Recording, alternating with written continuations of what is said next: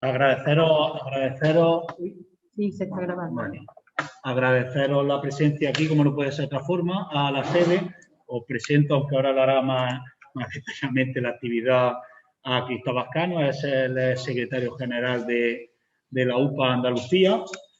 Ha sido anteriormente secretario general de la UPA Jaén, yo lo conozco y muchos de vosotros lo conocéis. Es compañero nuestro del partido, ahora se puede decir que se ha ido la prensa, ha sido concejal de Alcalá, la Real, por el PSOE, y bueno, agradecer la disposición que tiene Cristóbal. Ya habéis visto los que habéis presenciado la pequeña rueda de prensa que Carrete tiene aquí para aburrirnos, porque lo vive lo que es su organización y como no puede ser la defensa de los pequeños agricultores.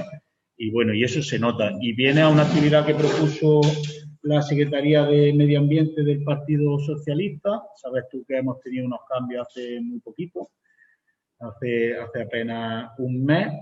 Y bueno, dentro de esa actividad, pues es bueno que tengamos una visión de otra organización, como he dicho antes, los medios, no solo la nuestra, aunque la de la UPA es muy similar a la visión que tiene sobre el decreto de convergencia y la próxima PAC el PSOE. Ayer lo decía muy bien Paco Reyes, la visión que tiene el PSOE de Jaén, que es muy diferente a la que tienen otros PSOE, con lo cual creo que va a ser una actividad muy buena y que nos va a esclarecer, pues bueno, las dudas que tenemos todos sobre este decreto que algunos están utilizando políticamente para tirárnoslo encima. No entienden que benefician a los que nosotros representamos, no a los que ellos quieren representar. Pues ya está, agradecerte, Cristóbal, que está aquí y bueno, y se te nota que seas con la bici. Menos de lo que me gustaría, pero bueno. Bueno, pues buenas tardes. Hoy agradecerle a todos los que estáis aquí y a todos los que están a través también de las redes sociales la presencia en una conferencia compartiendo con Cristóbal Cano, que nos va a hablar sobre la PAC, que en estos momentos es muy importante porque se está negociando la nueva PAC. Y la PAC, la Política Agraria Común, es la política que más presupuesto tiene de la Unión Europea. O sea, el 38% de todo lo que se desembolsa en políticas comunitarias se lo lleva la PAC. O sea, es mucho dinero, y mucho dinero que viene a España y mucho dinero que viene a Jaén. Si hacemos una comparativa, pues veremos que cada europeo paga 114 euros de su bolsillo para la política agraria común. Yo creo que es importante. Creo que es importante que sepamos dónde va nuestro dinero, qué se está haciendo con nuestro dinero.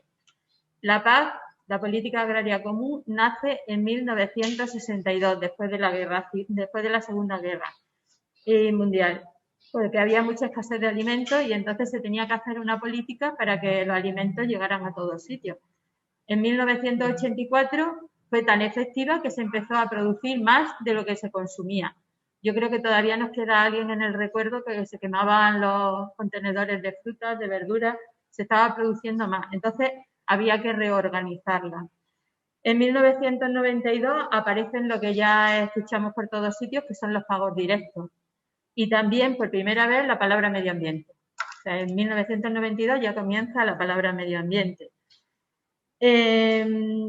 Luego después, en 2003, el pago básico, que es otra de las cosas que escuchamos y que no tenemos muy claro ni lo que son los pagos directos, ni lo que son los pagos básicos, los derechos de pago básico, a quién va, cómo se distribuye.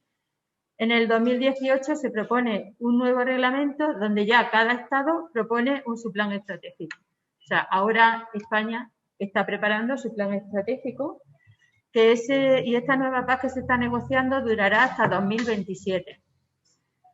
De esta política hay temas tan importantes como que los alimentos que consumimos sean asequibles y sean sanos. O, por ejemplo, que los productores o los agricultores tengan un nivel de vida adecuado. O también la conservación del medio ambiente, que es fundamental ahora mismo en la época que estamos viviendo. Cuando hablamos de la PAC, escuchamos muchos temas como son pilares de la PAC, que son los pilares de la PAC, que son los pagos directos, que son los derechos de pago único. Y ahora entran nuevos términos con la negociación de la PAC, como es agricultor genuino, qué es un agricultor genuino, qué son los ecoesquemas, etcétera. También escuchamos en numerosos foros, pues no a la reforma del ministro Plana, rechazo al decreto de transición y convergencia, que de Jaén y de Andalucía no se vaya ni un solo euro con esta nueva PAC. Pues la verdad es que, Cristóbal, te agradecemos mucho que hoy nos expliques todos estos conceptos que nos están invadiendo, que no sabemos muy bien, que yo creo que lo que queremos saber es nuestro dinero, dónde se está invirtiendo, si realmente el olivar tradicional, que es tan importante para la provincia de Jaén, va a tener futuro. Si lo que estamos viendo en las plantaciones de superintensivo, que además se están cargando los acuíferos naturales que tenemos y que son tan pocos y tan escasos, van a ser la única forma de agricultura del futuro. Entonces, nuestro dinero yo creo que tiene que ir pues para que los pueblos no se despueblen, o sea, que se fije la población rural, que el olivar tradicional se defienda, que se defienda el medio ambiente. Entonces, son muchos temas y también hay muchas dudas que nos surgen. Por ejemplo, ¿qué pasa con los derechos cuando se acaba un arrendamiento? Por ejemplo, ese es otro tema que nos lo preguntan muchos agricultores. ¿Qué pasa con los derechos cuando se acaba un arrendamiento? O, por ejemplo, ¿qué pasa con una explotación que ha desaparecido y siguen recibiendo ayuda? ¿Qué pasa con eso? Entonces, bueno, pues os dejo, yo creo que con quien mejor nos puede hablar de este tema es Cristóbal Cano, y que creo que está aquí, que para nosotros es un lujo tenerlo en la sede del PSOE y además abierto a todo el que se ha querido conectar, que son ya muchos los que están conectados. Muy bien. Pues Marifé, lo primero que el lujo es mío. El venir a una casa del pueblo y hablar de agricultura, de ganadería con compañeros y compañeras del partido, para mí es un placer. Así te lo transmití desde el primer momento que hablamos de realizar esta jornada.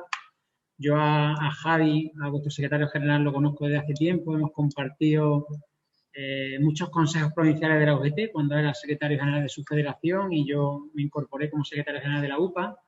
Para quien no lo sepa, la UPA también forma parte de la UGT en su estructura orgánica y ahí coincidimos en muchas reuniones y hemos conseguido cosas juntos, Javi. Yo recuerdo que una silla del grupo de diálogo civil que se celebra en Bruselas cada 6 meses, pues la conseguimos para que esté presente la UGT de Jaén. Y Javi ha estado allí en alguna ocasión y hemos coincidido porque allí es donde se debate, donde se palpa el ambiente y donde hay que estar. Porque al final yo creo que todos y todas estaremos de acuerdo en que hay que hacer política y hay que estar en los sitios de decisión, porque si no estamos nosotros, estarán otros, ¿no? Y normalmente en contra de nosotros. Eso lo decía Machado y yo no puedo estar más que de acuerdo con esas posiciones, ¿no?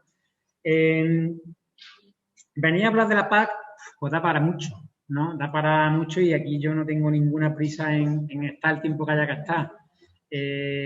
Y además se me ha pasado de saludar a los que estáis aquí, saludo a los que nos ven a través de estos medios telemáticos que nos hemos acostumbrado a ellos con esto de la pandemia y que, bueno, pues yo creo que como todos estaremos de acuerdo, esto ha llegado para quedarse y al final facilita también que compañeros y compañeras que no pueden estar aquí, pues se puedan conectar y sean también partícipes. Así que un saludo a todos los que nos veis al otro lado de la pantalla y vamos a empezar, ¿no? Aquí tomo varias notas de lo que Marifé ha dicho en su intervención de la presentación. Por lo que me habéis hecho llegar, se ha estructurado la ponencia o la jornada en dos cuestiones. Una, el decreto de transición, que es lo que nos ocupa o lo que nos va a afectar en este año 2021 y el año que viene, que es, digamos, los 2 años que hay entre el anterior marco de la PAC, que si recordáis, la PAC empezó en el año 2014, este marco en el que estamos y acababa en el 20, como no ha dado tiempo a que se desarrollen los reglamentos y se aprueben en Bruselas todo lo que tiene que ver con la nueva PAC, pues ha habido que hacer como una prolongación estos 2 años, 2021, para que ya sí, a partir del 1 de enero del año 23, se ponga en marcha la nueva política agraria común y ahí pues también esa es la segunda parte de la jornada que habéis organizado, ¿no? Por una parte, el decreto de transición y la nueva PAC a partir del año 23. Empezando por esto, por lo primero, por lo que nos afecta este año y el año que viene. El decreto de transición que se aprobó a finales de enero, el 26 de enero, se publicó en el BOE a nivel de Estado miembro, de Gobierno de España, un Real Decreto que posibilita que los agricultores y ganaderos cobren la ayuda en el año 21 y 22. Y eso creo que, aunque se da por obvio, hay que saberlo y hay que ponerlo también en valor, porque hay posicionamientos que dicen que se derogue el Real Decreto de Transición. Bueno, pues hay que explicar que si se deroga el Real Decreto de Transición, las ayudas de la PAC este año no se cobrarían. Y eso hay que saberlo, ¿verdad? Hay que saberlo.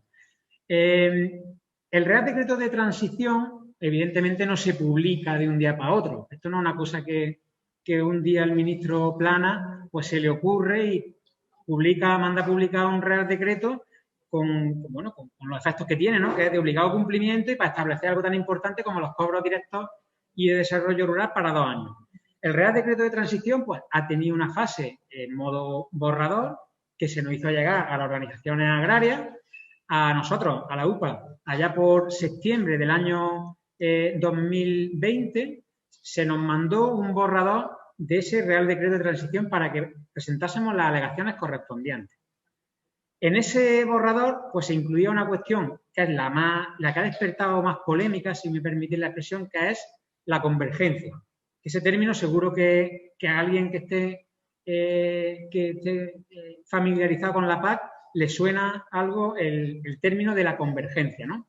Bueno, pues nosotros cuando vimos aquel borrador de Real Decreto, le contestamos a nivel federal y aquí en la provincia de Jaén también le contestamos a nivel provincial. Aquí la UPA de Jaén, para que hagáis una idea, qué información o qué datos manejamos siempre que algo se nos traslada y que tiene que ver con la PAC, la UPA de Jaén tramita anualmente en torno a 10.800 expedientes de la PAC en esta provincia. Del total de 89.000, 10.800 agricultores y ganaderos pasan por la UPA, pasan por nuestra oficina para que le cumplimentemos, le asesoremos y le tramitemos la ayuda de la PAC. Algo más del 12% de los expedientes. Con ese volumen de información, que somos la primera organización agraria, no solo en Andalucía, no solo en Jaén, sino en Andalucía, en número de expedientes tramitados, pues tenemos una foto bastante representativa de los efectos que puede tener cualquier modificación que se haga en lo que respecta a cualquier cuestión de la PAC.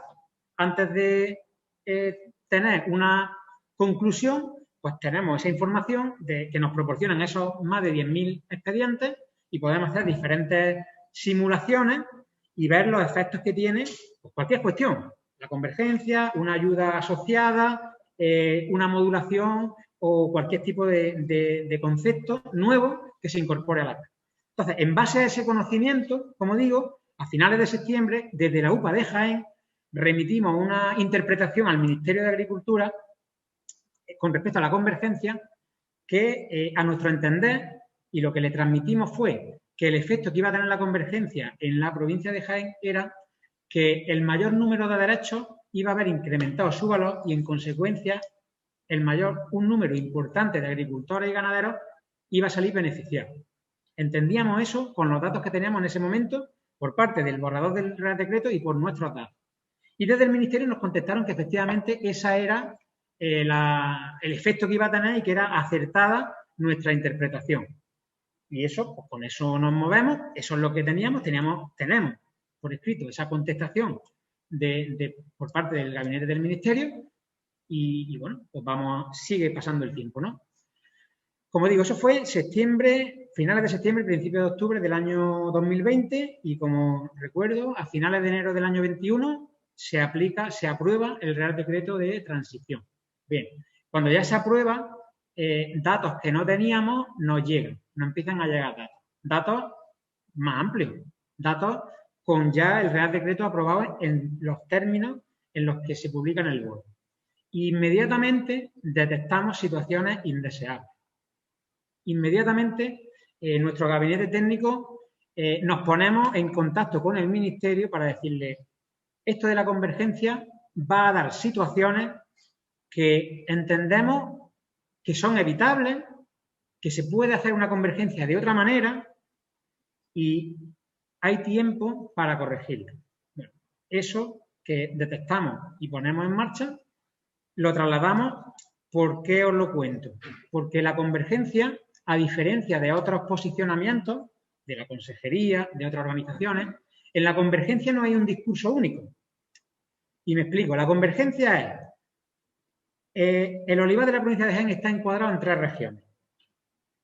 Cada región tiene un valor medio de los derechos.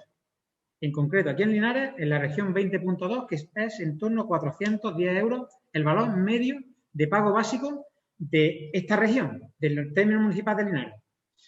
Entre todos los municipios que están en esa región, se hace una redistribución del valor de los derechos para que los que están muy por encima de la media bajen a la media y los que están muy por debajo suban.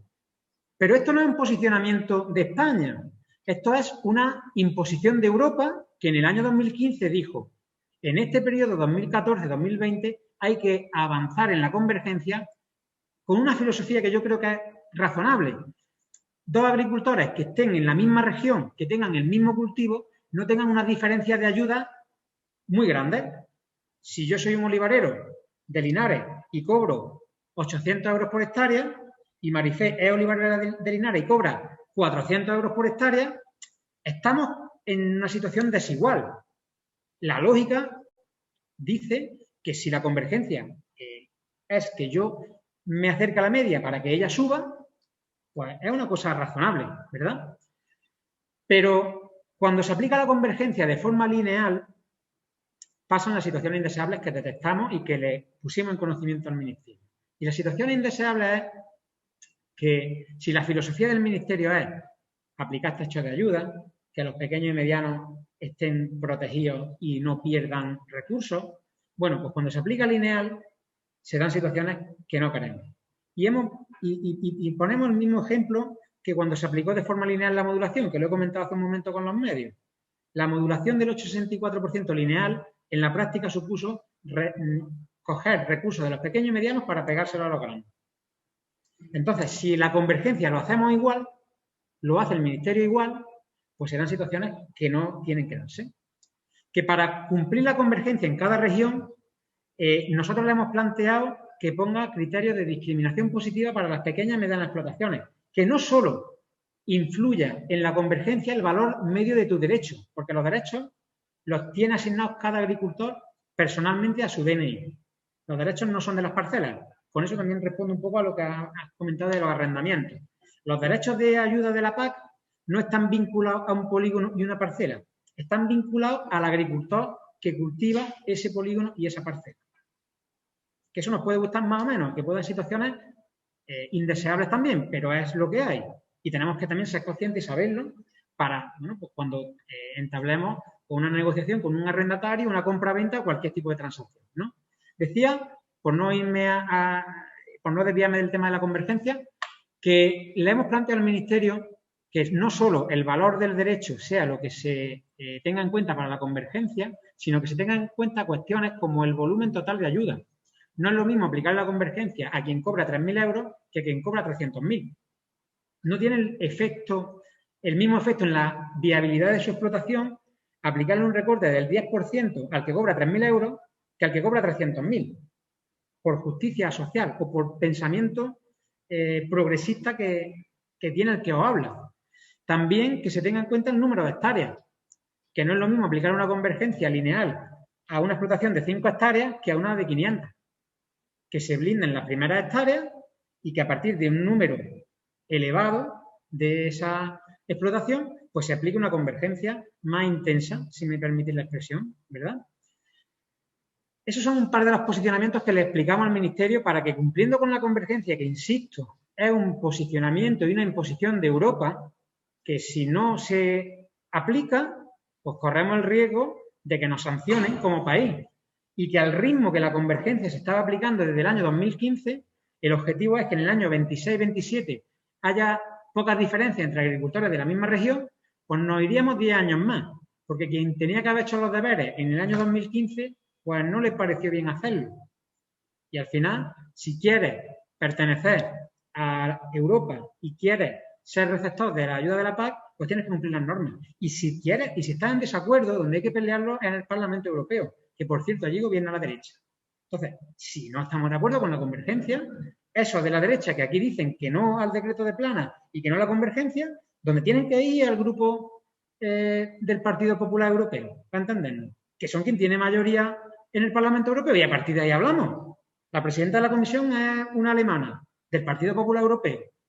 Vamos a pedirle responsabilidad a quien impone las normas, no a quien las aplica. Y eso hay que explicarlo, porque al final parece que es que el primero que pasa por aquí, si no es de los que me gusta, a ese le pego el viaje. ¿De dónde vienen las cosas y por qué es esencial? ¿De acuerdo? Bueno, pues con esto de la convergencia, como digo, efectos indeseables que hemos notado, que hemos visto y que tienen que corregirse. Tal es así que el compromiso del ministro es que para el año 22 se va a modificar los criterios de la convergencia. Ya lo ha dicho públicamente, que lo que se publicó en el BOE de enero del año 2021, que tenía la vigencia del año 21 y 22, para el año 22 va a haber una modificación de la aplicación de esa convergencia para proteger a las pequeñas y medianas explotaciones. Así que creo que el resultado del trabajo, que desde aquí públicamente también quiero agradecer al compañero Juan Fran Serrano, que ha trabajado y sigue trabajando activamente en que esto cambie, lo que tiene que ver con los efectos no deseables de la convergencia, pues hemos hecho un trabajo, yo creo que importante, para ponerle un espejo a la norma que el ministro había publicado y que realmente yo, después del tiempo, creo que no era consciente realmente de los efectos que iba a tener en determinados expedientes de pequeños y medianos, que si bien es cierto, como digo, la convergencia no es que salgan fondos de las regiones, que al final todo se reparte entre los agricultores de la misma región agronómica, que el dinero que sube o baja un agricultor de Linares no lo va a cobrar uno ni siquiera de Baeza, porque la Loma está en una región diferente. ¿Me explico? O de la Sierra de Cazorla o de la Sierra de Segura, que están en otras regiones, que son regiones diferentes, que allí el valor del derecho es más bajo, por cierto. Entonces, hay una redistribución entre todos los agricultores de esa comarca. Pero no se van los recursos, son los mismos. Hay una convergencia hacia la media del valor que tiene en esa región, el valor medio de esa región. Entonces, pues bueno, nosotros hemos hecho esas aportaciones, le hemos puesto medidas que se pueden poner para corregir que pequeño y mediano se le aplique una convergencia que al final pone en jaque o tiene un efecto más negativo en la sostenibilidad económica de su explotación, que además algunos de los efectos indeseables van en la línea contraria. Expedientes que cobran 400.000 euros de ayuda, pues con la convergencia van a cobrar este año 460.000. ¿Eso es lógico si estamos hablando de tachas de ayuda a partir del año 2023? Bueno, pues aplicarle la convergencia hasta un nivel, pero no de forma lineal, porque, insisto, en la práctica se da que ese que cobra hoy, el año pasado 400.000 euros y con la convergencia, porque tiene mucha superficie y un valor de los derechos muy por debajo de la media de su región, como crece, cobra 60.000 euros más, a costa de retener o quitar de agricultores pequeños y medianos que están un poco por la media, pero que tienen explotaciones pequeñas y medianas. Eso no es lógico, desde nuestro punto de vista. Y es verdad que desde un despacho o desde una aplicación informática de una hoja Excel, tú metes la fórmula sin tener en cuenta criterios progresistas, si me permiten la expresión, y sale lo que ha salido. Situaciones indeseables, pero que en definitiva no puede o no debe enmascarar el objetivo final de la convergencia, que no es malo, que es que dos agricultores con una explotación de un cultivo igual en la misma región, pues no haya diferencias tan grandes entre percepciones de ayuda. Eso es bueno, pero a la hora de aplicarlo, si no se tienen en cuenta criterios políticos, porque esto al fin y al cabo es político. La PAC, el primer término es política, ¿no? Y hay quien dice que no se hable de política, ¿no? O que esto no es política. Claro que es política. Si lo dice, es la definición. Bueno, pues si tú pones criterios políticos que protejan un determinado estrato o segmento de las explotaciones, porque aquí no somos todos iguales. En el sector agrario y más en la provincia de Jaén, no somos iguales. Esto no es una fábrica que tiene 10.000 trabajadores y todos tienen el mismo horario, el mismo sueldo y la misma categoría. Aquí hay explotaciones diversas. Y España es más diversa que la mayoría de la agricultura europea. Y eso lo reconoce, por ejemplo, el número de regiones que tenemos, que es otro concepto, que estamos en la actual PAC y en Alemania, por ejemplo, hay 1 o 2 regiones. Aquí en España hay 50. ¿Por qué? Porque es que aquí tenemos de todo. Y en Andalucía más. Cultivos herbáceos, cultivos leñosos, pastos, secanos, regadíos. Lo que en otros sitios, pues una agricultura continental, que no hay esa diversidad de cultivos, ¿no? Entonces, con la conclusión que os queremos transmitir del tema de la convergencia, que os quiero trasladar del tema de la convergencia, es que, primero, el objetivo o la imposición es de Europa. Quien marca que hay que cumplir con esa convergencia es Europa y nosotros tenemos que aplicar lo que nos viene impuesto. Segundo, que en el año 21 y 22, gracias al Real Decreto de Transición, se van a cobrar las ayudas. Tercero, que la convergencia, si bien el balance final es neutro, porque no salen recursos de la región, no cabe el discurso único de que sea mala, porque si uno pierde es porque otro gana, ¿de acuerdo? Si yo pierdo es porque otro gana. Pero en ese reparto, en esa redistribución por la convergencia, se dan situaciones evitables y que en definitiva tiene que ser poner criterios políticos para blindar las pequeñas y medianas explotaciones. Y eso es lo que le hemos trasladado al ministro y eso es lo que se ha comprometido a modificar para que en el año 22 se aplique de una forma diferente, no tan intensa, para que no se acrecienten esas situaciones que no nos gustan, que es que se detraigan fondos de los pequeños y medianos para dárselos a explotaciones. Con eso, si queréis, antes de seguir, sí, alguna cuestión relacionada con esto. Estoy comentando a través del chat que pueden hacer preguntas también online y vosotros también si queréis. Yo sí que sigo teniendo mi duda y es, tú has dicho que se le da la ayuda, o sea, los derechos, al agricultor que trabaja. Pero si ese agricultor ha dejado de trabajar, ¿por qué se le siguen dando? Vamos a ver, la ayuda se le asigna a quien en el año 2014 tenía un histórico de derechos del anterior marco que derivan a su vez del marco anterior cuando era por producción y eso está cuando se desacoplaron las ayudas por la producción. Antiguamente, para tú cobrar la subvención tenías que justificar kilos de aceitunas. Tantos kilos, tanta subvención. Eso ya desapareció. Se desligaron la ayuda de la producción y se hizo una media de 3 campañas, de 4 en el caso del olivar, y en función de la media de las 4 campañas te asignaban 10.000 euros entre 4 hectáreas o entre 5 hectáreas a 2.000 euros por hectárea. Y ya eso es lo que se asignó a cada DNI, pues allá por el año 2007, que se desligaron de la producción. Y eso se ha ido encadenando y se quedaron asignadas al DNI. Si en aquellos momentos se podía haber hecho una alegación, decir, no, yo soy el propietario de las tierras, este es mi arrendatario y me va a ceder los derechos a mi titularidad y yo se los arriendo a él. Pero la titularidad pasa a mí. Pues en eso no se hubieran dado situaciones como las que se han dado, que son así, que una persona cesa el arrendamiento, deja la explotación, los derechos no está obligado a cedérselo al propietario y puede cobrar esos derechos en otras parcelas. Eso ha pasado y pasa. Y el nuevo, o sea, el propietario que vuelve a recuperar su finca y vuelve a trabajarla ya no los tiene. No los tiene. Eso son situaciones que no son evidentemente deseables, porque no es lógico, pero se ha permitido cuando se desacoplaron las ayudas de la producción. En ese momento sí es verdad que había un periodo para regularizar esas situaciones, pero bueno, cada uno, ya al final entramos en situaciones personales de cada cual y se han dado situaciones como la que tú estás diciendo, Maricé. ¿Que tiene solución?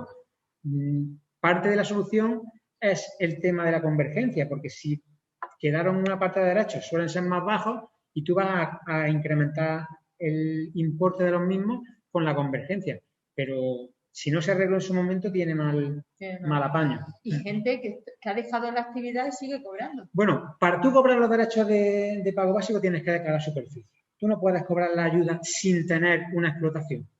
Eso es así. Tú tienes que tener tu declaración de cultivo con X hectáreas o X cabezas de ganado ligadas también a una superficie. En el caso de una explotación ganadera, nadie puede cobrar derechos sin justificar tierra. Lo que sí puede ser es que el importe de esos derechos que lo generaron unas parcelas los pueda cobrar en otras. Eso sí puede pasar. Pero el cobrar sin ejercer la actividad no se puede. Tienes que tener además, de hecho también hay controles para que tú acredites que eres un agricultor activo, que tiene ingresos de agricultura al margen de la subvención. Porque si no puedes tener una penalización, una sanción, incluso la retirada de la ayuda. Al hilo de lo que estás comentando, lo de agricultor genuino. Sí, eso es, si te parece, lo explicamos como eso es de la nueva PAC, sí. Por cerrar si hay alguna cosa más o no sé si aquí a través de... Bueno, a través estáis de aquí. estoy mirando y de momento no han hecho ninguna pregunta, creo. No, de momento no han hecho ninguna pregunta. Pues, si queréis, pasamos a la próxima PAC. Primera parte de la jornada la damos por finalizar, por explicar. Permitidme que dé una poquilla. Bueno, pues lo que hemos explicado un poco es los antecedentes, lo que nos va a pasar en el año 21-22 y lo importante o lo relevante quizás venga ahora, ¿no? Que es lo que nos va a afectar la PAC a partir del año 23. El marco es del año 23 al 27, oficialmente, pero todos sabemos, como está pasando ahora, que lo más probable es que luego se prorrogue 2 o 3 años, con lo cual, pues de lo que se está hablando ahora, de lo que estamos hablando, de lo que llevamos hablando ya un tiempo, pero lo que se está concretando ahora, pues sin duda va a marcar la próxima década. Porque al final la vigencia de un marco, pues aproximadamente son 10 años, ¿no?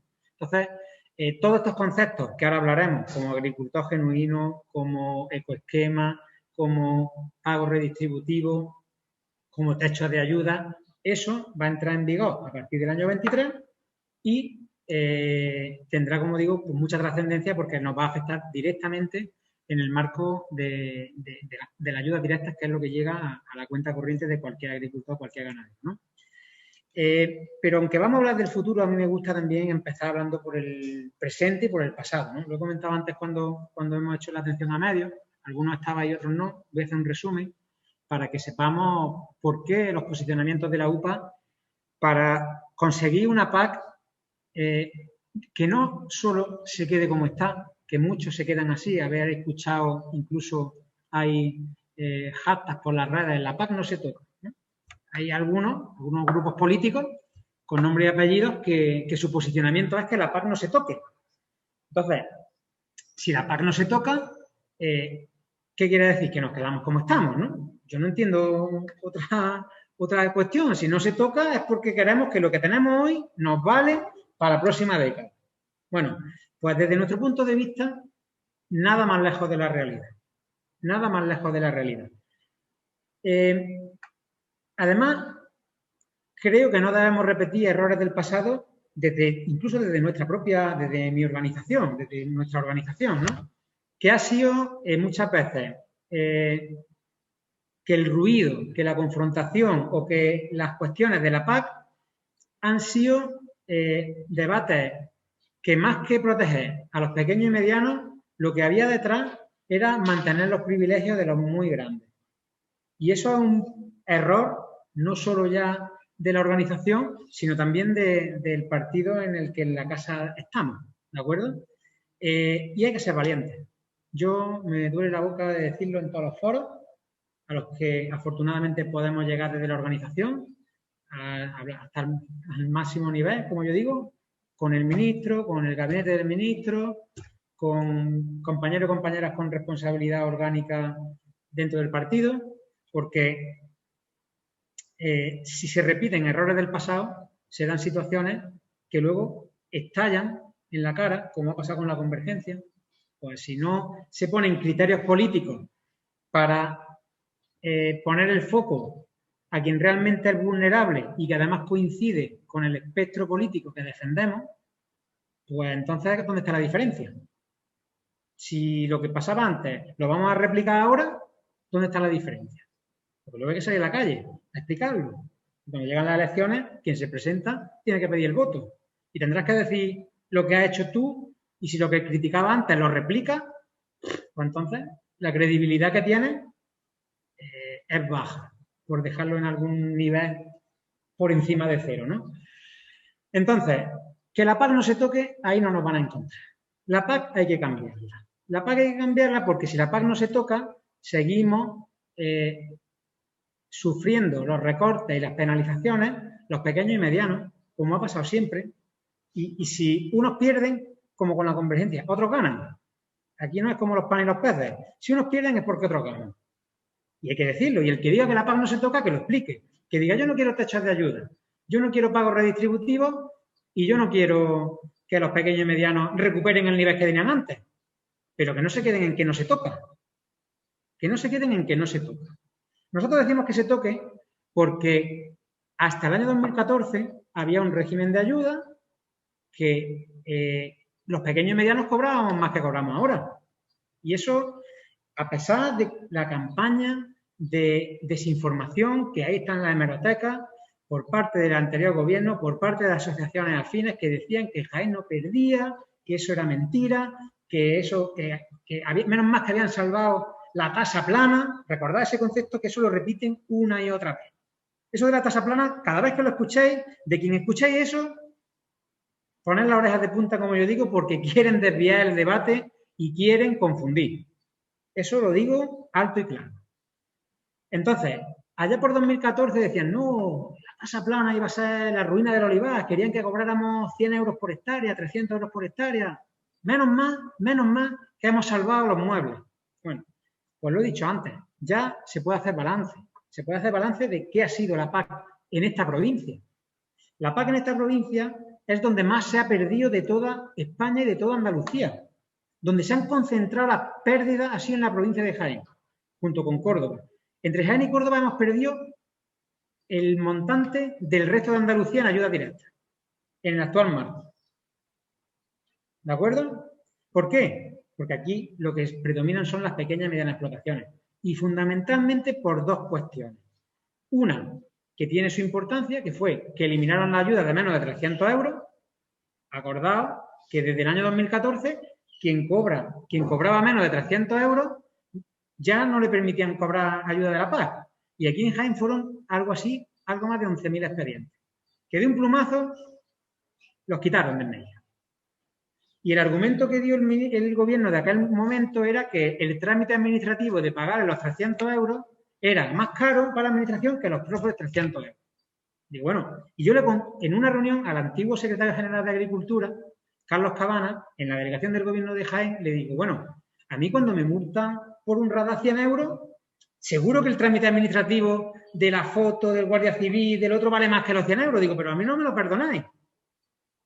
Pero eso es para cobrar. Para pagar, ya cogemos las cosas de otra manera, ¿verdad? Bueno, pues eso fue una decisión política en España, porque en ningún reglamento europeo viene escrito que el que cobra menos de 300 euros no tiene derecho a ayuda. Eso fue una aplicación nacional pues, para esa gente, para muchos de los que están en nuestros pueblos, pues que tienen media hectárea, una hectárea, a lo mejor tiene media hectárea él y media la mujer, y ya no son 300, ya son 600 entre los dos. Bueno, pues en ese caso, pues 600 euros fuera. Y eso se ha dado con mucha frecuencia, lamentablemente. Y la segunda gran cuestión es la modulación que se hizo lineal del 8,64% desde el primer euro. Lo he explicado antes, voy a ser muy breve. Eso lo que ha hecho ha sido que los que cobrábamos antes menos de 5.000 euros, cobrábamos cada año íntegra la ayuda y con la modulación se nos ha hecho un recorte que luego ha sido mucho más del 8%, ha sido en torno al 12 o el 14%. Si alguien cobraba 4.000 euros de ayuda en el año 2013, ahora está cobrando 3.200, 3.300, por ahí. Eso para que sepamos la magnitud que nos movemos de los recortes. ¿Y dónde se ha ido ese dinero de los pequeños y medianos? Pues a los muy grandes, a los que antes cobraban o tenían una retención mayor y luego al aplicarle el 8,64% a todos por igual, en la práctica, pues están cobrando más. Si, insisto, si no ponemos medidas para que eso se corrija, si alguien está cómodo con esa situación, pues entonces sí le vale eso de que la PAC no se toque. A nosotros no nos vale. A nosotros lo que nos vale es que esa inmensa mayoría social que sostiene el sector agrario en Andalucía y en Jaén, que son las pequeñas y medianas explotaciones, para que sepamos en qué magnitudes nos movemos. Lo he comentado antes. De los 230.000 solicitantes de la PAC en Andalucía, 208.000 cobran menos de 5.000 euros. El 80% cobra menos de 5.000 euros en Andalucía. Ese es el modelo social que sostiene el sector en Andalucía. Con sus cosas buenas y sus cosas malas, pero bajo nuestro punto de vista más buenas. ¿Por qué? Porque aquí la tierra está repartida. Porque aquí existe un concepto que es el agricultor pluriactivo, Marifé, que lo ligo con lo de agricultor genuino. Al principio de las negociaciones solamente se iba a contemplar que cobrase ayuda el profesional, el autónomo, el que depende al 100% de la agricultura. Y eso quitaba de en medio a la inmensa mayoría de perceptores en esta provincia. Y tuvimos que decirle, no, aquí hay un modelo que es además mayoritario, que es el que sostiene el sector agrario en la provincia de Jaén, que es el pluriactivo, que es ese pequeño y mediano agricultor que tiene su explotación y trabaja también para la calle, en el campo, o que tiene su taller, o que tiene su comercio, o que es funcionario, pero que al final genera riqueza, empleo en su pueblo. Porque ese modelo de agricultura y ganadería familiar, las decisiones se toman en las casas de nuestros pueblos.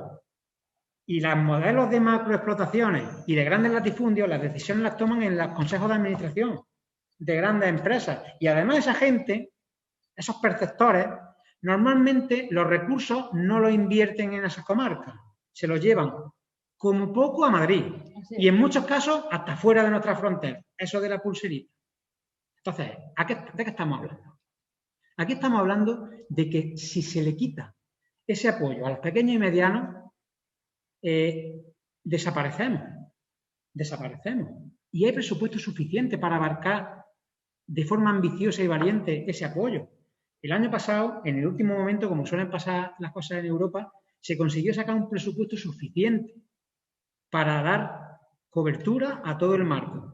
Algo más de 47.700 millones de euros de presupuesto. Se le van a añadir en torno a 1.200 de los fondos de recuperación de los fondos Next Generation del tema del COVID, ¿no? Bueno, pues con un nivel de presupuesto similar al actual marco, si aplicamos criterios políticos progresistas, se tiene que recuperar renta. Y entramos en detalle. Hablaba de agricultor genuino. Bueno, el agricultor genuino tiene que englobar el agricultor progresivo y se ha conseguido. Se ha conseguido. De hecho, lo que nos llega de ese Plan Estratégico Nacional, que es la aplicación en España de la PAC, ya contempla que dentro de la definición de agricultor genuino va a entrar cualquier productor que cobre menos de 5.000 euros. Con lo cual, vamos a estar al mismo nivel. Vamos a estar dentro de esa definición de agricultor genuino. Y quien cobre más de 5.000 euros tiene que acreditar un porcentaje de su renta de la actividad agraria. Y eso también es bueno, porque hay grandes perceptores, como decía, que aunque declaran superficie, no generan actividad agraria. Pues entonces, si tú cobras más de 5.000 euros, tú tienes que acreditar que el 25 o el 30% de tu renta viene del campo. Es lógico. Bueno, pues son medidas que se han conseguido. Insisto, os lo anticipo y está ahí. Los techos de ayuda por explotación. Bueno, pues es un tema que también hay que abordarlo. Porque de la misma forma que pusieron en el anterior gobierno un techo, en vez de por arriba, pusieron el de los 300 euros. Ellos sí pusieron un techo, un suelo. El techo no, cortamos por abajo, pero por arriba, bueno, pues entre los 50 perceptores que hay de la PAC en España, pues yo no conozco ningún autónomo del campo ni ningún agricultor. Son empresas, son macroempresas que se llevan millones de euros. En esta provincia, creo que fue ayer o antes de ayer, ¿no? Salieron en la portada del Jaén. 10 perceptores más de 300.000 euros que cobran cada uno. Y tampoco es una provincia que se caracterice por los grandes latifundios. Aquí no es tan acusado como en otras provincias, por ejemplo de Andalucía, que Jaén es la provincia con más perceptores de la PAC, pero la que tiene más ingresos de la PAC es Sevilla, con muchos menos perceptores, porque el modelo es diferente. El modelo es diferente. Entonces, los techos de ayuda tienen que ser una cosa obligatoria. Y eso lo está peleando el ministro en Bruselas, porque si se deja de forma voluntaria, pues ya entramos en el follón. No, tú te tienes que venir de Bruselas con una imposición de que los techos de ayuda sean obligatorios. Y es una cosa que ya está en los reglamentos y que en el actual marco se está aplicando en algunos países de Europa. En algunas zonas de Bélgica, en Irlanda, ya hay techos de ayuda. ¿Y por qué no aquí? Bueno, porque claro, si yo cobro 300.000 euros de ayuda, si me dicen que el techo va a ser 60.000 y de 60 a 100 vinculado a la generación de empleo, es decir, el planteamiento es el siguiente. Tú cobras 60.000 euros de ayuda y puedes cobrar hasta 100.000 euros de la PAC, pero de 60 a 100 tú tienes que justificar jornales, nóminas, seguros sociales, trabajar en el campo, no cobrar sin hacer nada. Pues ese planteamiento es el que está encima de la mesa. Y estamos insistiendo en que se aplique. El tema del número de regiones. Hemos comentado antes que la agricultura en España y en Andalucía es muy diversa. Y no es lo mismo, incluso dentro de los mismos cultivos, no es lo mismo una hectárea de olivar que una hectárea de tierra calma, donde tienes secano o regadío, donde tienes pastos. No es lo mismo una hectárea de pastos que una hectárea de olivar, evidentemente, ¿no? Pues como tenemos esa diversidad, eso tiene que tener un encaje en esas regiones donde tú aplicas esos pagos de ayuda de la PAC. Actualmente tenemos 50 regiones. Somos el país de Europa que más regiones tiene. Ya eso sabemos que va a ser inviable mantenerlo. Bueno, pues lo que se nos traslada de que va a pasar es que vamos a tener una reducción de regiones de las 50 actuales a 18 o 20. Con lo cual, es un escenario bastante positivo, porque al principio de las negociaciones se hablaba de entre 5 y 7, de pasar de 50 a un intervalo entre 5 y 7, eso implicaría, pues, con mucha probabilidad, trasvases de renta entre diferentes territorios de España. Lo que hemos comentado antes que en la convergencia no pasa, que al final se queda en la misma región. Si reduces las regiones y tienes que aplicar el pago, pues esa heterogeneidad se disminuye. Cuantas menos regiones tengas, no puedes aplicar esa heterogeneidad. A más regiones, pues puedes hacer un dibujo más parecido a lo que tenemos ahora, que no es malo. Que tener esa diversidad de regiones, porque al final se da cobertura al modelo de agricultura que tenemos en Andalucía y en Jaén. Bueno, eso, como digo, de las 50 se contempla que se va a pasar entre 18 y 20. 57, 4 regiones de pasto, 5 de tierra de secano, 37. 5 regiones de tierra de regadío y 4 de cultivos permanentes. Ahí estaría el olivar, dentro de una de esas 4 regiones de cultivos permanentes. Y luego ya por el tema de la insularidad, Baleares la van a plantear como una región exclusiva, ¿no? De ahí ese intervalo de 18 a 20. El pago redistributivo. Este concepto es absolutamente esencial, junto con lo del agricultor pluriactivo, para que esta provincia, a mí nunca me gusta hablar de territorio, no me gusta hablar de Andalucía, no me gusta hablar de Jaén, me gusta hablar del modelo social de agricultores que hay en los territorios. Porque eso de que Jaén no pierda, Andalucía no pierda, pues claro, ¿quién va a querer que Jaén pierda? Bueno, pues, ¿o quién va a querer que Andalucía pierda? Pues si a Andalucía llegan 1.400 millones de euros y en el próximo marco llegan 1.200 millones de euros, pero el reparto que se hace que los pequeños y medianos cobremos más. Si los que pierden son los que cobran mucho, a la UPA no le importa que Andalucía pierda. Fijaos lo que políticamente es incorrecto, pero explicándolo y entrando en detalles, pues se entiende para el que quiera entenderlo, como todo en la vida, ¿no? El que no lo quiera entender, pues va a decir, no, esto están diciendo que Andalucía pierda.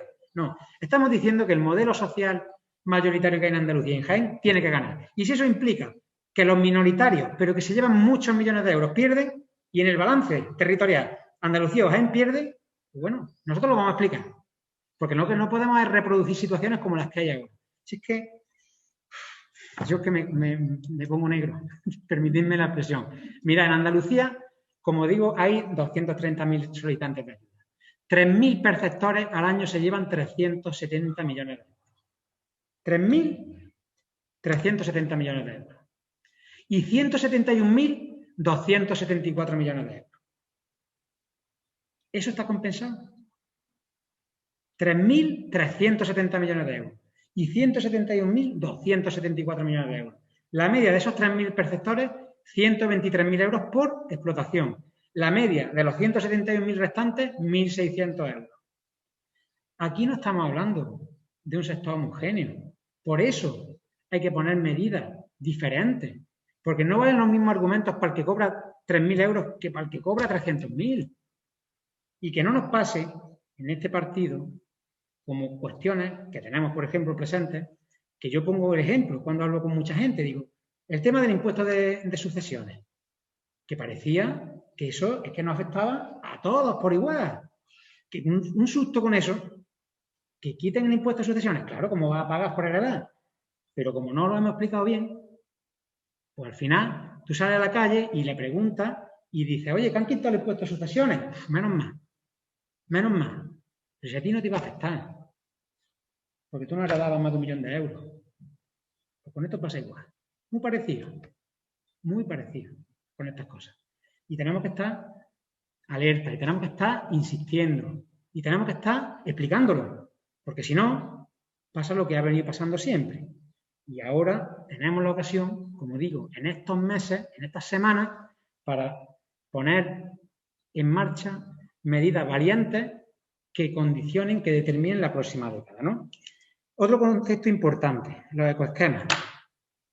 Los ecoesquemas son prácticas que tiene que aplicar de forma voluntaria el agricultor o ganadero para cobrar un porcentaje de la ayuda.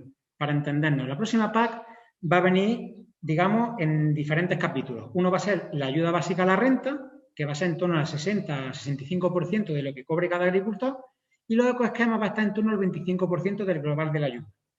Nosotros, desde la UPA, tenemos claro que los ecoesquemas no es ni mucho menos una amenaza para el modelo de agricultura y ganadería que tenemos en Andalucía y en Jaén, sino todo lo contrario, una oportunidad, porque pensemos qué modelos tenemos aquí. Tenemos la dehesa, tenemos el olivar tradicional, que cualquier ecoesquema, que los ecoesquemas son cubierta vegetal, picar la leña, dejar márgenes en las lindes, en los barrancos para que haya biodiversidad. ¿Qué problema tenemos en aplicar ecoesquemas en nuestro olivar tradicional? A lo mejor que tiene problemas el de superintensivo, que tiene que estar regando con una dotación de agua que no le corresponde y aplicando 20 veces más fitosanitarios que nosotros. Pues entonces, volvemos a lo mismo. Ecoesquemas, los que quieran, lo aplicamos de la mejor forma. ¿Quién puede tener miedo a prácticas sostenibles? Pues el que su explotación no lo es. El que su explotación es insostenible, ecológicamente, socialmente y solamente lo es económicamente. A corto plazo, a medio y a largo plazo, yo tengo mis dudas. Pero nuestras explotaciones son sostenibles económicamente con un apoyo, socialmente porque están en nuestro territorio y medioambientalmente porque ningún pequeño y mediano agricultor hace nada en el campo malo porque no va con nosotros. Porque nosotros lo que queremos es generar alimentos seguros, sanos, porque muchas de nuestras explotaciones han pasado muchas fatigas nuestros abuelos para tenerlas y hay un componente que no se puede, que no es tangible y te duele, ¿verdad? Pues todo eso tenemos que trasladarlo a política. Todo eso tenemos que ser valientes, en este caso desde el gobierno que hay, porque si no lo aplica este gobierno, no va a venir otro a hacerlo. Y tenemos que ser diferentes. Y yo aquí ya mezclo la UPA con el PSOE, con lo que queráis, ¿no? Pero creo que es la idea que os quiero trasladar. Y que seamos conscientes y que no nos confundamos, que no nos confundan cuando detrás de alguna agitación en materia de la PAC, lo que realmente hay es mantener los privilegios de los muy grandes. Y eso ha pasado siempre. Y desde nuestra organización no estamos dispuestos a que vuelva a pasar. Así que no sé si me queda alguna cosa más, pero básicamente, bueno, una última, ¿no? El tema de la ayuda asociada, la ayuda acoplada, ¿no? Y los planes sectoriales. Bueno, lo he comentado antes también, creo que con los medios, el tema de la ayuda asociada para el olivar tradicional, que es lo que tendría más aplicación en la provincia de Jaén, es una cuestión que desde la UPA venimos exigiendo no de ahora, sino que en el año 2014 fuimos la única organización que lo pedía.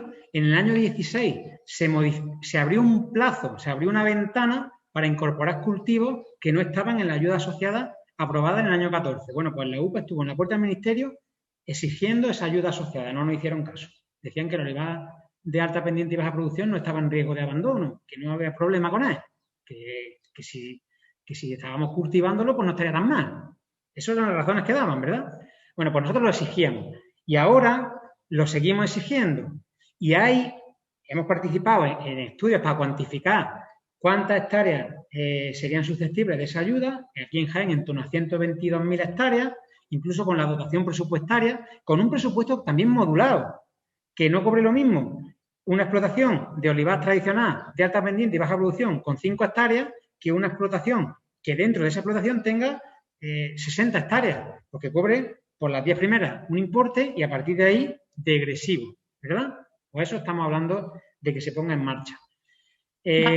decía, se me ha pasado antes de explicar un poquito, y perdóname que me vaya, el pago redistributivo. El pago redistributivo es absolutamente fundamental y el pago redistributivo ya se ha comprometido también el ministro en aplicarlo de forma obligatoria junto con los techos de ayuda. El pago redistributivo es que una parte del presupuesto de la ayuda directa obligatoriamente se tenga que gastar, se tenga que aplicar en las primeras hectáreas de las explotaciones. ¿De acuerdo? Ahora, en España, en números redondos, cada año son 5.000 euros de ayuda directa. Pues si ponemos un pago redistributivo del 20%, de esos 5.000 millones de euros, 1.000, que es el 20%, tendría que obligatoriamente aplicarse en las primeras hectáreas de las explotaciones o en las primeras cabezas de ganado, de forma que no se cobre en la próxima PAC lo mismo por las primeras hectáreas que por las últimas de las grandes explotaciones. Ahora mismo se cobra lo mismo. El valor de tus derechos, si tienes 1.000 hectáreas, cobra lo mismo en la hectárea número 1 que en la número 900. Si tengo 500 euros por hectárea, cobro 500 euros por hectárea en la hectárea 1, en la 2, en la 3, en la 4, en la 5. Hasta la 900, si tengo 900. Bueno, pues con el pago redistributivo, lo que sería es, si yo tengo 900 hectáreas, pues yo voy a cobrar un importe degresivo conforme aumente el número de hectáreas. Bueno, pues eso es una cuestión también que hay que poner encima de la mesa. Y ya os digo, con el reconocimiento del agricultor pluriactivo, con los techos de ayuda, con el pago redistributivo y con la ayuda asociada, el modelo mayoritario de esta provincia, que es los pequeños y medianos agricultores, saldríamos beneficiados. Y es perfectamente posible. Solo falta que haya un acuerdo nacional que lo tutela, en este caso el Gobierno de España, que diga, se va a hacer. Ya está, no hay más. Y en eso estamos, por activa y por pasiva. La verdad es que es muy importante que tramitamos todos estos conceptos que desde otras asociaciones no se están dando claras y se están utilizando precisamente pues para eso, para que los que más tienen pues sigan teniendo más ayuda y además, como muy bien has dicho, esas grandes explotaciones no reinvierten sus ganancias en la provincia, no reinvierten en los pueblos, no hacen que la gente se quede en los pueblos. Nosotros tradicionalmente siempre decíamos que cuando la cosecha es buena se nota en todos los sectores, porque cuando la cosecha es buena pues se pinta, se arregla, se compra, se hace. Entonces, eso que seguimos haciendo en nuestra provincia y que sigue habiendo pueblos pequeños con gente, como se vaya toda la ayuda a los grandes, lo perdemos. O sea que sí, no es solamente un bien económico, sino un bien social. Detrás de todo esto está la política y el tema del despoblamiento.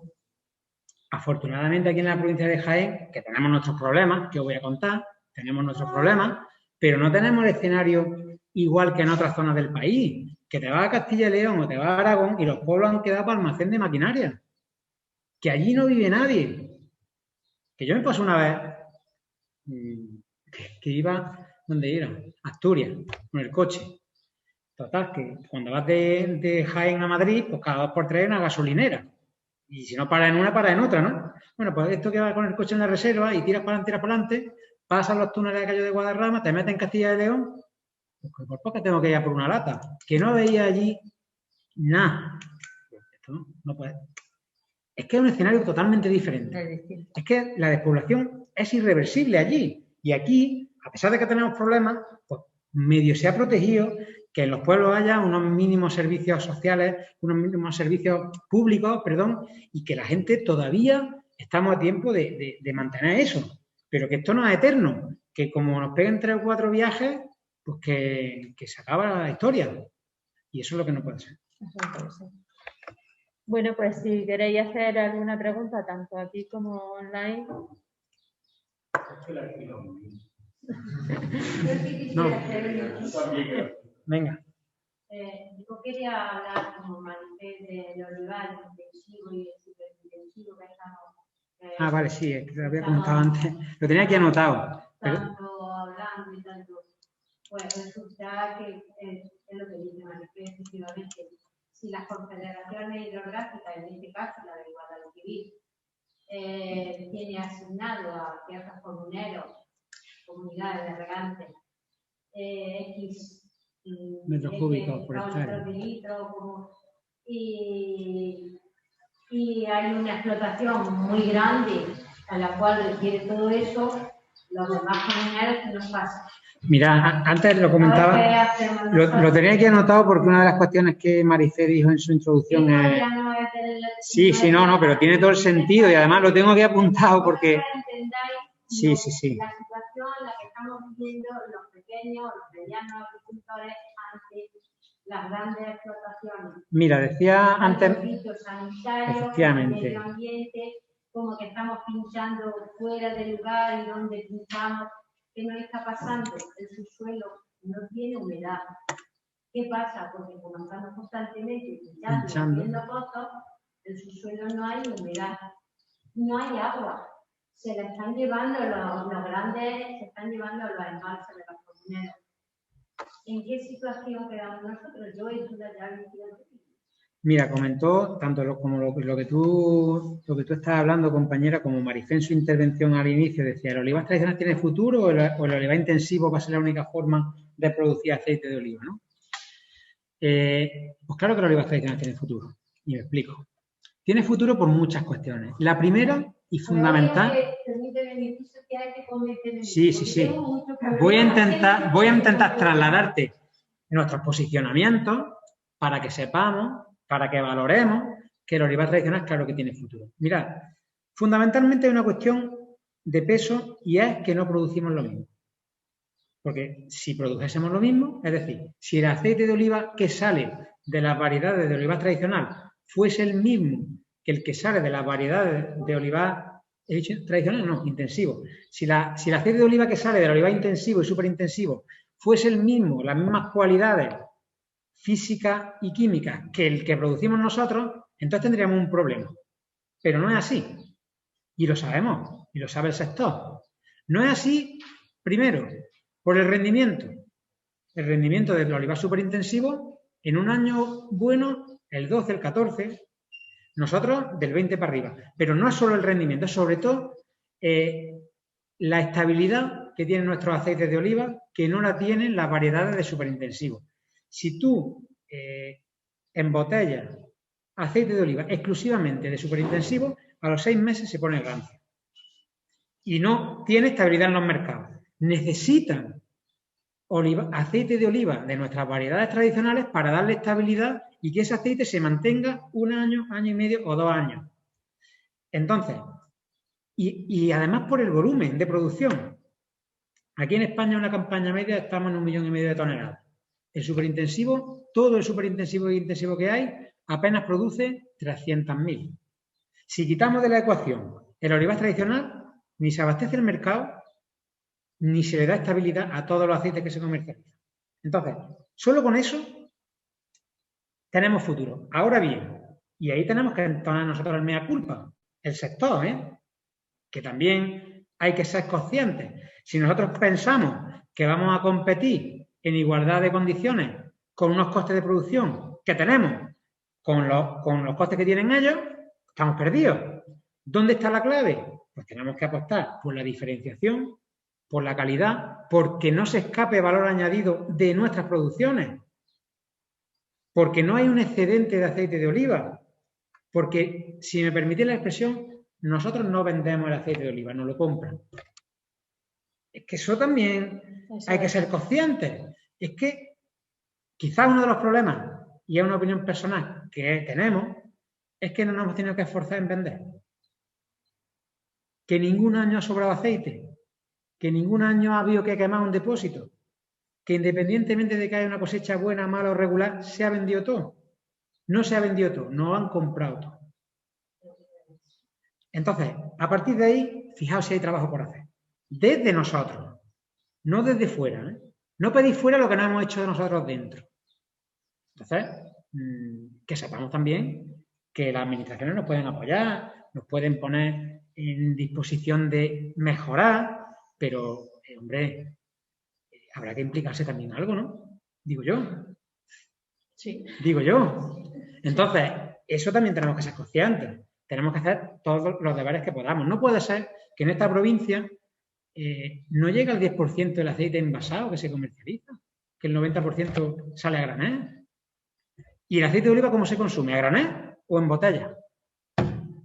Porque si produjésemos aceite para la industria, nos decimos a granel, pero ¿cómo se consume? ¿En cisternas de 25.000 kilos o en garrafas lo más grandes de 5 litros? Vamos a también darle un poquito a nosotros, ¿no? Y es verdad que fuera tenemos amenazas. Es verdad que el tema del regadío hay que abordarlo y que la Confederación tiene que ser consciente que, por cierto, la Confederación es la administración más arcaica y menos efectiva que existe en este país, independientemente de los gobiernos que haya. Allí funciona como funciona, ¿verdad? Bueno, pero hay que evolucionar y hay que decir, bueno, si usted tenía una concesión de 6.000 metros cúbicos por hectárea porque tenía algodón y ahora tiene oliva superintensivo, yo te voy a recortar a 2.000, a 2.300, pero tú no vas a regar con 6.000. Eso tiene que ser la administración, quien lo haga, con un gobierno que se implique en regular las cosas. Pero también lo otro que hemos comentado antes, ¿eh? Vamos a hacer nuestros deberes, vamos a trabajar porque no se escape valor añadido de lo máximo que podamos de nuestras producciones. Insisto, que el precio del aceite que vienen y nos lo pone el que compra. Y así es muy complicado. Porque todo lo que tenemos aquí, esta camisa, el móvil, yo cuando va cualquiera vamos a comprarlo, yo no llego y digo, este móvil vale, toma 100 euros, me lo llevo. Y si no me lo vendes tú, me voy a la tienda de enfrente y le digo 90.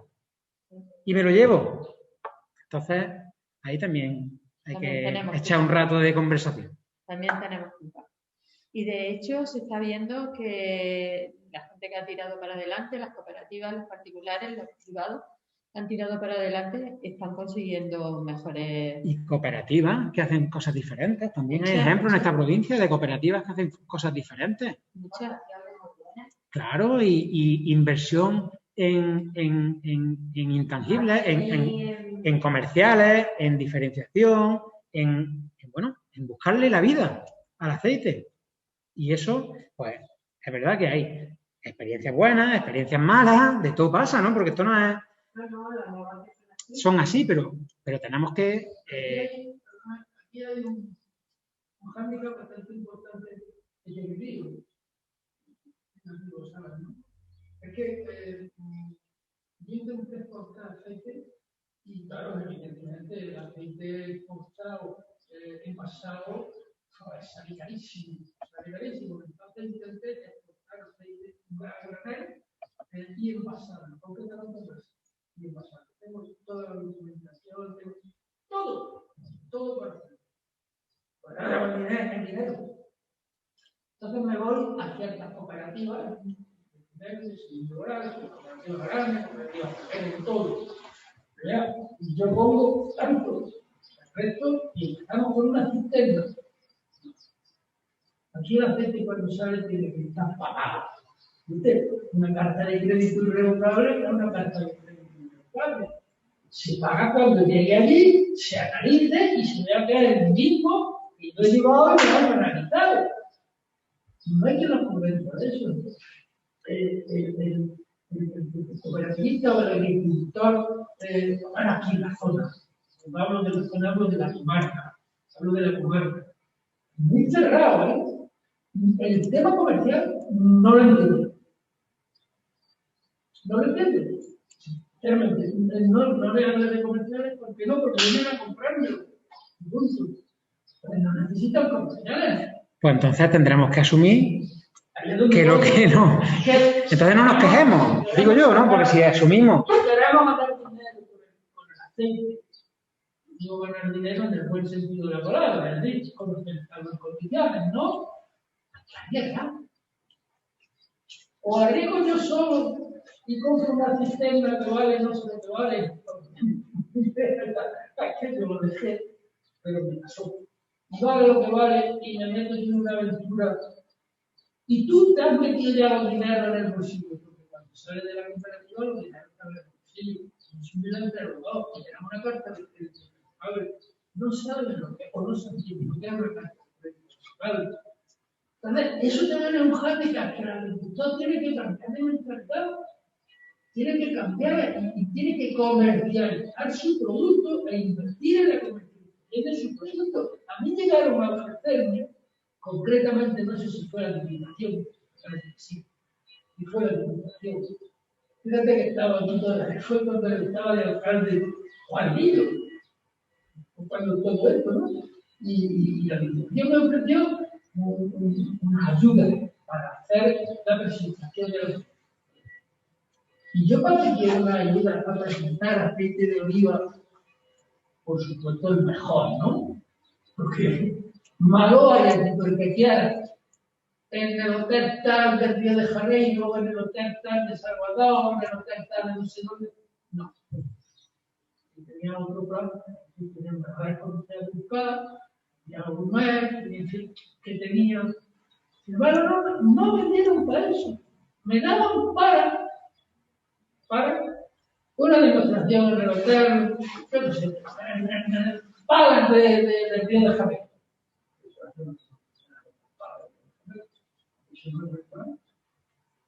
Bien. No invertir bien el dinero, no digo tirar, porque aquí ya estamos producidos, pero no invertir bien, cuando haya ya un canal preparado. Me había entendido lo que quiero decir. Hay una persona también. Sí, está aquí alguien levanta la mano, ¿no? Lleva razón, pero ya hay muchas cooperativas, hay muchos empresarios que lo están haciendo. Sí, sí, ya hay mucha gente que lo está haciendo. Pues darle paso a la persona. Hay una persona que quiere preguntar. Bueno, y después seguimos nosotros también. ¿Está hablando o yo no lo escucho? No, todavía le está dando paso a David. ¿Soy yo? ¿Ya? ¿Hola?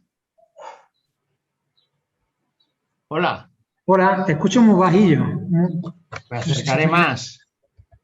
A ver. Bueno, mira, soy Francisco Baena. Es interesante la reunión. ¿Me oyes, no? ¿O me oyes muy mal?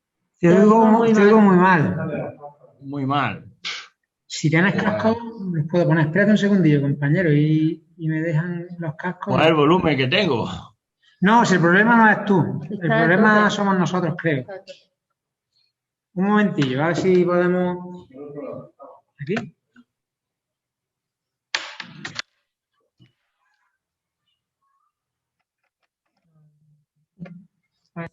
A ver ahora. ¿Me oyes? Ahora te digo perfecto. Solo yo. Tú me oyes y al ponerte yo ya no te oigo tanto. Pero bueno, como es una pregunta, después si quieres te desconectas. Desconecta lo que has hecho porque es que parece ser que el efecto contrario. Bueno, mira, todo lo que es esta jornada, hablar de la PAC ha sido muy interesante. He tomado una serie de conceptos que yo no sabía de este tema y totalmente me voy a comprometer a ahondar un poco. Pero hay algunas cosas que no me ha quedado claras. Por ejemplo, el suelo, que dice que está implantado en 300 euros, cuando tiene un ingreso mayor de 300 euros, parece ser que se niega la PAC. Eso no me ha quedado claro. ¿A quién se le niega? ¿A qué persona se le niega que tenga un ingreso de 300 euros, se le niega la PAC? Me has dicho tú que has puesto un suelo. Te comento. Desconecta porque si no, no te oigo. A ver. ¿Me escucha ahora? Ahora mejor. Sí. Ahora mejor, ahora, ¿no? venga. Ahora sí. Sí, bueno, yo he escuchado, le voy a comentar a los compañeros que ha preguntado con respecto a la ayuda de menos de 300 euros, que por qué se eliminaban o cuál era el motivo o el suelo. Fue, como he dicho antes, una decisión política. Simple y llanamente, los perceptores cuyo valor de derecho de pago único en aquel momento eran inferiores a 300 euros, los eliminaron del sistema, pero no porque tenga más o menos ingresos agrarios, sino directamente los excluyeron. ¿De acuerdo? Mira, hay otra persona. Bueno. Poneme otra vez porque a lo mejor sí. Ahora. Bueno, sigo comentando eso. Si es así por ley lo excluye. Si es por ley lo excluyen, no hay más tu tía, pero no lo comprendo, sigo sin comprenderlo. Hay una cuestión donde tú has dicho, me pongo negro, has dicho tú ahí antes en cuanto al reparto de las personas, porque dices, hay unas 100 personas, los números no me quedo tal vez, que cobran una cantidad y unas 300 o 500 personas de pequeños agricultores cobran menos de la PAC en la provincia de Jaén, creo que me ha dicho 10 personas. Pero si te pones negro, escúchame, si tuvieras la fiscalidad, eso ya es de pena. La fiscalidad es de pena. Tú no puedes aplicarle a una persona que cobra, como has dicho, 300.000 euros y le aplica automáticamente el módulo una reducción del 70%, es decir, 210.000 no cotizan a nada. Eso tiene que ser progresivo, esos módulos de la agricultura en general. Depende de lo que cobres o unos tramos que el que más tiene menos reducciones tenga. Yo comprendo que se le ponga un 70% al pequeño agricultor o al que tenga una serie de hectáreas, pero el que tenga una gran, que le pongas tú automáticamente un módulo que se le aplica y le ponga un 30% nada más del rendimiento, quitándole el 70%, y después le aplica las deducciones de las amortizaciones de los tractores que compre, del coche súper bueno que lleva él y que lleva su mujer. Eso es ingrato dentro de la agricultura. Se está abusando de eso. Y tiene que haber yo no digo que la PAC no tenga que venir. Tiene que venir contra más dinero venga de la PAC a la provincia de Jaén, contra más dinero, mucho mejor. Mucho mejor. Pero después hay que defender un poco esa rentabilidad para que vuelva a recaer. ¿Cómo?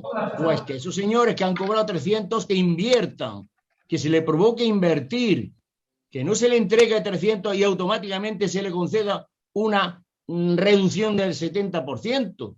No, usted recibirá el 70% si hace usted una serie de inversiones, si hace esto, si hace lo otro, y así sube. Y no estoy contra los pequeños. Los pequeños tienen que seguir aumentándose porque nos quitamos, y la provincia de Jaén, sí, por gracia al olivar, no está vaciada como otras provincias castellanas, porque esto hay que seguir manteniéndolo y mejorándolo. Y lo de los pequeños, ya que estáis, pues debéis de unirse, que esa fiscalidad cambie, provocándole que hagan inversiones, los grandes, y no que se lo lleven a comprarse otras cosas que no tienen nada que ver con la agricultura.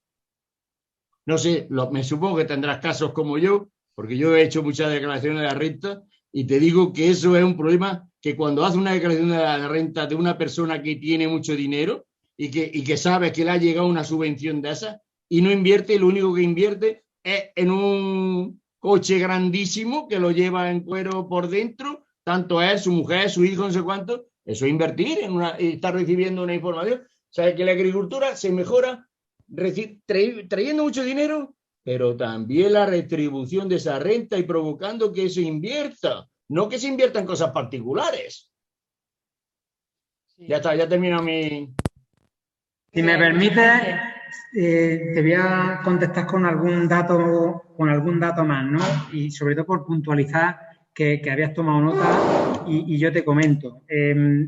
Esa disparidad que hay en el actual reparto, pues evidentemente se aflora cuando ponemos encima de la mesa esa desigual asignación de ayuda que decía antes, que en Andalucía, lo repito, 3.000 perceptores, a mí no me gusta ni llamarlos agricultores, se reparten 370 millones de euros y 171.274 millones de euros. Pero es que además hay otro dato muy llamativo, ¿no? Que el 1,25% de los perceptores se llevan el 27% del presupuesto de la PAC, ¿verdad? Siempre hemos escuchado que el 80% del presupuesto se lo lleva el 20% de los perceptores y el 20% del presupuesto el 80% de los perceptores.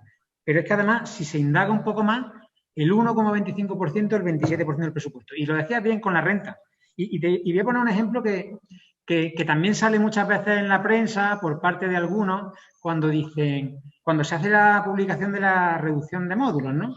Que sabéis todos, ¿no? Tanto el compañero que ha preguntado como los que estáis aquí, que se hace unas alegaciones por parte de las organizaciones agrarias y se dice, bueno, pues este año los ingresos agrarios, en vez de tributar al 0,26, pues que tributen al 0,13 o al 0,09.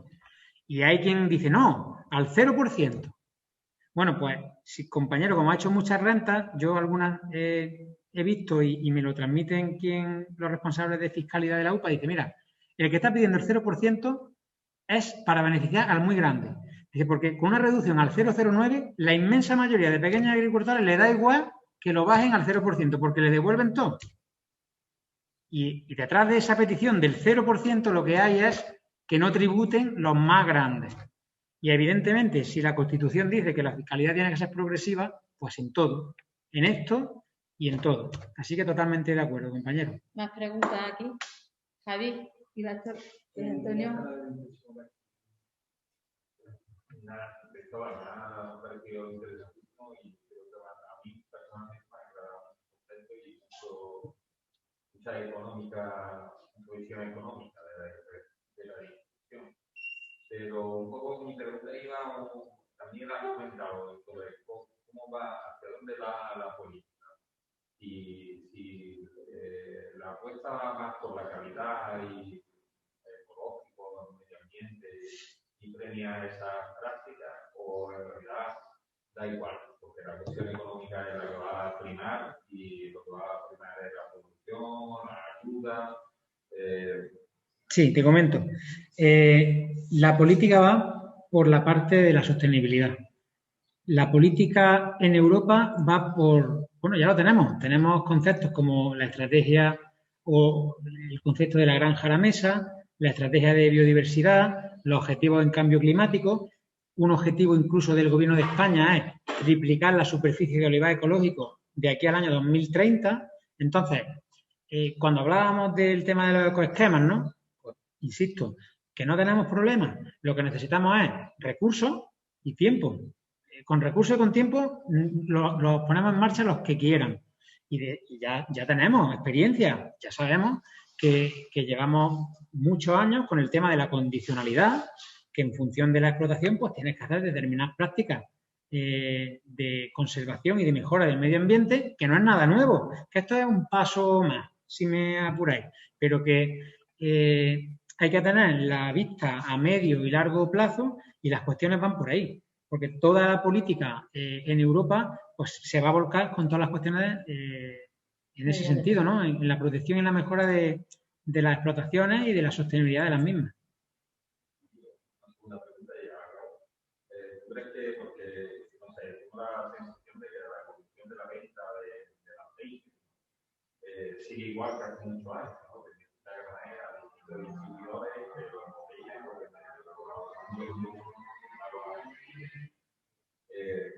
¿tú crees que estamos ya en una posición de darle un plantón a esa forma de vender el aceite?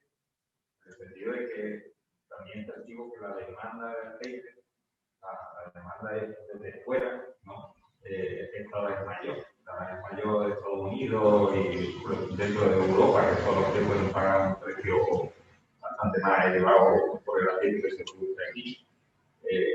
O sea, están demandando más aceite, pero los precios no suben. Y los sectores del sector tienen más riqueza por eso. Mira, tenemos precisamente ayer se aprobó en el Observatorio de la Ley de la Cadena el estudio de conformación de costes del aceite de oliva virgen extra, que hemos participado en el grupo de trabajo y que lo ha diseñado y lo ha puesto en marcha Manolo Parra, que no es cualquiera, que es una persona que sabe de lo que habla y que el Ministerio le encargó que tanto él y su equipo pusiesen en marcha ese estudio de conformación de costes. Se han cogido las campañas 2018-2019 y 19-20, 2 años difíciles, ¿verdad? Pues se ha demostrado con números que el máximo valor que genera el aceite se concentra en los últimos eslabones, en la industria y la distribución. Que los agricultores generamos el 70% del valor y en el mejor de los casos hemos percibido el 59%. Entonces, claro, dice, ¿hemos hecho? Evidentemente no. ¿Los deberes? No. ¿Estamos igual que siempre? Tampoco. ¿Se están dando pasos? No es el mismo escenario que teníamos hace 15 o 20 años que lo que hay ahora, pero que tampoco estamos de la hora, ni mucho menos, ¿verdad? Entonces, herramientas por parte de las administraciones. No hemos hablado aquí, pero desde nuestra organización lo tenemos claro. Hemos conseguido que se modifique la ley de cadena alimentaria. Hemos conseguido que se penalicen, como antes no se penalizaba, la venta a pérdida, la utilización de productos agroalimentarios con costes o con precio al consumidor por debajo de los costes de producción. Hemos conseguido que eso se persiga, que haya unas sanciones importantes y públicas, que antes no lo eran, pero no deja de ser una herramienta que también nosotros, como decía antes, tenemos que continuar con los deberes que nos hemos hecho. Y la suma de todo, que esto no es una varita mágica y tocando una tecla se resuelven los problemas. Aquí hay mucha historia. Lo bueno que tenemos también, pues lo hemos visto, lo estamos viendo esta campaña de comercialización y la pasada, que son unas cifras absolutamente de récord, que se comercializa a ritmo de 120, 130, 140.000 toneladas al mes, que el año pasado cerramos con 1.600.000 toneladas comercializadas en España, que este año al ritmo que vamos a estar en torno al 1.700.000, que vamos a tener un enlace de poco más de 200.000 toneladas, que hay una demanda creciente de aceite de oliva, que hay una demanda creciente, que no es un producto que esté contrayéndose el consumo, que en el mundo del total de grasas vegetales que se consume, el aceite de oliva no llega al 3%, que el potencial de crecimiento es absolutamente fascinante. Pero claro, tenemos que saberlo y tenemos que implicarnos en la promoción, en la mejora de la comercialización, todo lo que podamos, porque demasiado bien nos, esto entre paréntesis, demasiado bien nos va este año, y no lo quiero decir muy alto, pero ¿es porque no lo hemos buscado nosotros? No, pues eso es lo mismo que viene va. Mira, nos hacen preguntas, nos dice, ¿en la PAC se contemplan bonificaciones por maquinaria agrícola con energías renovables o eléctricas? Bueno, todo lo que tiene que ver con el segundo pilar de la PAC, que son esas ayudas que he comentado también esta tarde, que no son ayudas directas, sino que van a inversiones, pues evidentemente, como toda la política va en esa línea de sostenibilidad, los criterios que van a primar cualquier tipo, de hecho ya lo hay. Para tú comprarte un tractor, por ejemplo, ahora en el plan de modernización, te exigen que tenga una calificación energética determinada, que sea eficiente. No te van a subvencionar una maquinaria, para entendernos, que no sea sostenible. Eso no es la próxima PAC, eso está ya. Y evidentemente en la próxima, pues seguro que se incrementa o se intensifica esa apuesta por la sostenibilidad. Todo eso. Otros nos dicen que el mensaje ha sido muy claro, redistributivo, y que hay que hacer un buen mensaje, repetirlo constantemente porque la gente no lo sabe. Pues, como yo digo, a partir de ahora, todos los que estamos aquí, embajadores de una PAC justa para esta provincia, con conocimiento, con criterios y a vuestra disposición para lo que queráis. Mientras que tengamos tiempo y los días son largos, no hay problema. ¿Alguna pregunta más? Dale las gracias. Eso va muy bien. Pues muchísimas gracias. A vosotros.